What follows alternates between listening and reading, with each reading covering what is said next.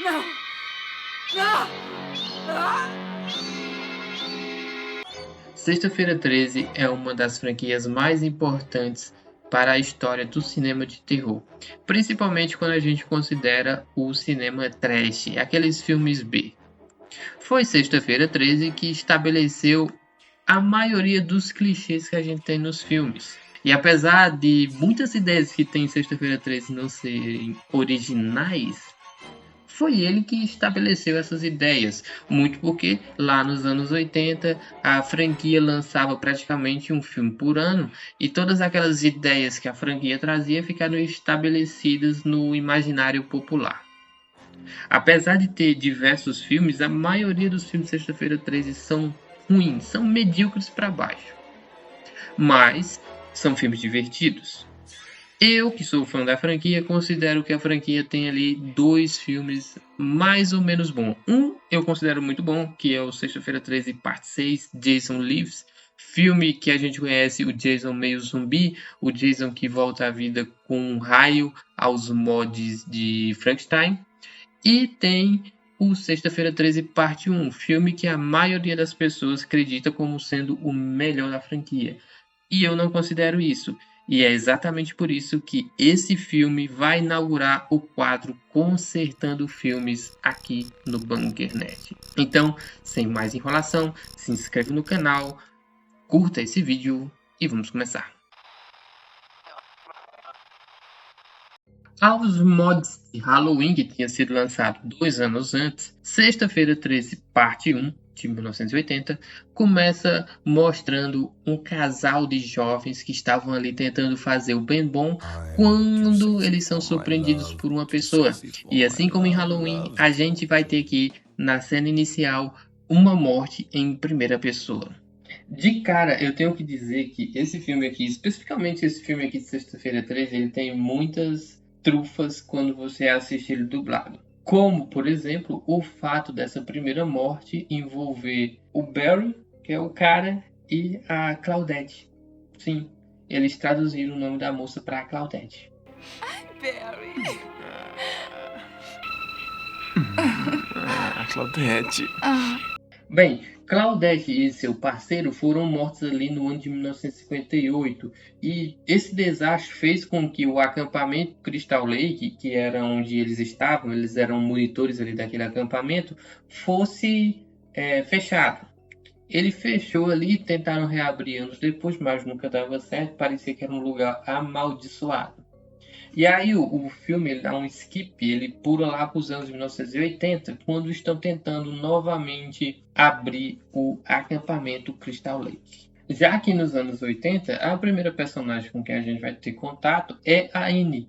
A Annie que vai ser a cozinheira do acampamento Crystal Lake. Ela acaba parando ali na cidade, que é próximo ao acampamento, e ela é muito feliz, ela sempre está rindo e ela aceita carona de qualquer pessoa. Primeiro ela aceita a carona de um caminhoneiro que começa a falar com ela, falando das lendas do Crystal Lake.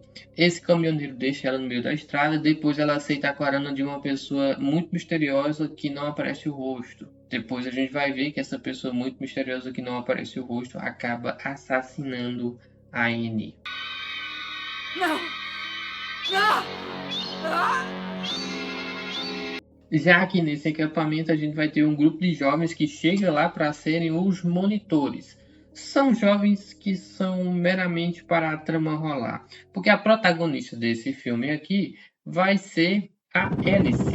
A Alice, inclusive, que me lembra muito o Luke Skywalker da trilogia original de Star Wars. E aqui, como em qualquer filme slasher dos anos 80, nessa meiuca de filme, depois da gente ter conhecimento mais ou menos das lendas que cercam o lugar onde os jovens estão, a gente vai ter a morte dos jovens. Primeiro mostra os jovens se divertindo, eles fazendo coisas de jovens, eles tentando sempre fazer o bem bom. E sempre quando eles vão se aproximando de tal coisa, vem o assassino e acaba matando as pessoas. De modo que no final da história a gente vai ter a Alice e o assassino. Só que o Sexta-feira 13 ele traz um grande plot twist para a história, que é o fato de que o assassino na verdade é a assassina.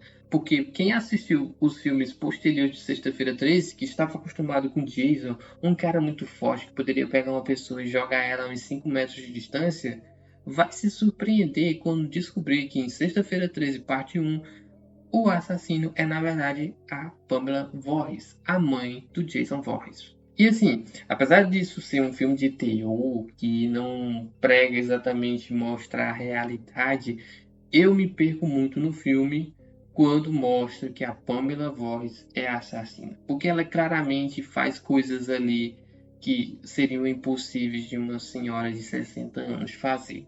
E é por isso que a gente vai consertar esse filme. Porque pensa só, esse filme seria bem melhor se no final, de uma maneira até indireta, ele deixasse claro que quem matava as pessoas em partes era a Pamela Voorhees e em outra parte seria o Jason Voorhees. E por que isso faria sentido? Primeiro porque há uma sequência direta desse filme. No final aqui dessa história, a Alice não morre, ela é resgatada. Ela é a única sobrevivente desse massacre que aconteceu aqui no Crystal Lake. Só que no início do filme 2, ela aparece novamente e aí ela é morta pelo Jason. O que significa que o Jason estava adulto no filme 1. E o Jason estando adulto no filme 1 implica que no filme 1 ele poderia ter matado alguns daqueles jovens. Então aquelas mortes improváveis para Pamela Voorhees poderiam ser creditadas ao Jason Voorhees. Por exemplo, lá na meiuca do filme, existe um jovem que está olhando para outros jovens. Esses outros jovens eles estavam namorando. Então esse jovem acuado, ele entra para uma das cabanas. E quando ele entra para uma das cabanas, ele acaba sendo morto. Depois, esses dois jovens que estavam namorando, vendo que a chuva estava chegando, eles vão para a mesma cabana. E fazem ali o bem bom. Só que aí, em dado momento, a gente descobre que aquele primeiro jovem, ele estava na parte de cima da beliche, morto. O que não faz o menor sentido. A Pamela Voorhees ter pego aquele corpo, botado ele na parte de cima da beliche. E nessa mesma cena, nessa sequência aí, a Pamela Voorhees supostamente pegou uma espécie de flecha, enfiou entre o colchão e o corpo do cara. Então ela teria que ter muita força, não faria sentido. Bem da verdade, não faria sentido o próprio Jason fazer isso, mas eu acreditaria muito mais se fosse o Jason em vez da Pamela. Há ainda a morte de dois caras que, diferentemente dos dois adolescentes, eles já são mais adultos. Então, esses caras morrerem para Pamela mostra que ou ela era muito boa de movimento, ela era uma senhora da terceira idade muito ativa, ou a gente poderia considerar que quem matou esses homens adultos foi realmente o Jason. Então, vamos reconstruindo aqui o filme. A primeira morte, a morte da Anne, seria a Pamela, porque a Anne morre depois de pegar uma carona com uma pessoa que não fala, e a gente não imagina que o Jason seja capaz de dirigir. Então, se o Jason não é capaz de dirigir, a Pamela sim, então faz mais sentido que a Anne seja morta pela Pamela. Todas as outras mortes seriam o Jason, que vivia ali trancado na floresta. Poderia até viver com a mãe dele, né? E aí, na cena final do filme, depois que o Jason supostamente matou todas as outras pessoas, ele volta para a cabana dele. E a Pamela aparece. Quando a Pamela aparece e encara a Alice, o que a Alice faz? Arranca a cabeça da Pamela com uma facãozada.